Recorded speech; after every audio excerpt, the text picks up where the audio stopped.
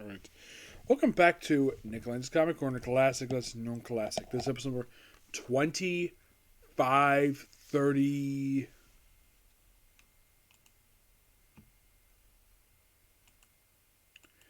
2537, Doubleshot number 2431. Okay, now these two are from the independent comic. Basically, one from Image, the other from Valiant. First one we have is Gunslinger Spawn, Volume 3, which collect issues 13-18 of the ongoing series.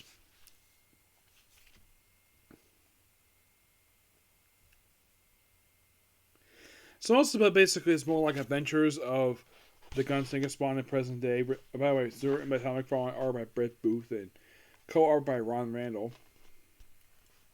Here are the cover artists: Francisco Tomasi, Paul Rennet, Puppeteer Lee, David Mack, Simone Bishi, Mark Spears, Brett Booth, Bud Bridge, and Kevin Kane. Mostly, you just follow him on a journey and throughout this whole book. And well, he's just doing his own venture type of thing.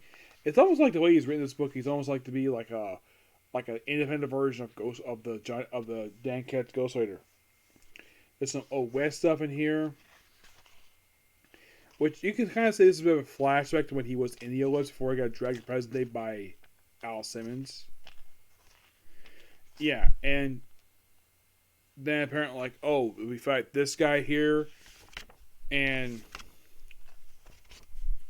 he fights him during the last issue. Let's click this trade here. Actually, that's a couple issues. Yeah, and then of course after he's dealt with, he gets wings, and then Scorch shows up at the end of the book. Yeah, pretty decent book altogether. Give the book roughly an 8 out of 10. Not bad. It's still a good book. Nothing like out there for that one. Okay, next up we have is X-Men Manowar, volume number 9, Dead Hand. Still written by Ron Venditti. This is still part of his run. Now, this book collects issue 33-37, which means there's basically, at this book, about 13 more workshops to review for this volume. Excuse me. Oh, here's something interesting, though. This is the only book published by Valiant in the last, as next year, actually next month, the only comic in 12 years where it managed to last this long. No comic from Valiant ever lasts this long. Even Diddy agrees with it. Yes, I've spoken about this book. Yeah, this book is this is like his longest book he worked on, like at Valiant.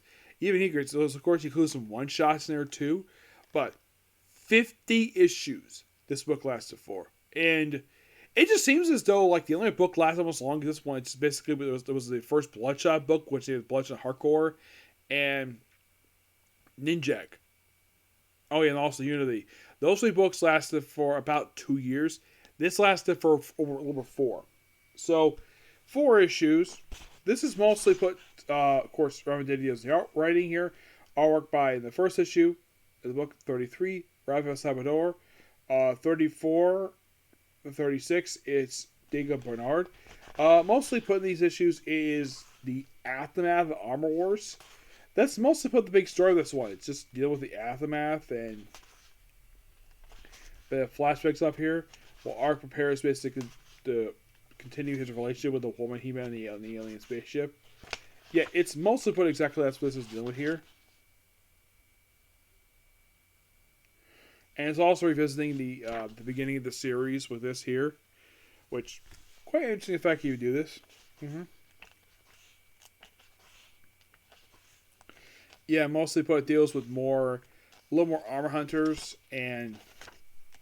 but this is definitely an aftermath story arc, and of course finding this other thing, and they did with Gate in here, and of course Ark acted like a proper superhero throughout this book. But this book is a lot of fun. Yeah, fights up against this alien robot, and just a overall really fun book. Yep. I give this book a 9.5 out of 10. It's actually pretty good. Okay, so that's episode review. Next up is Jujutsu Kaisen. Next view. Bye.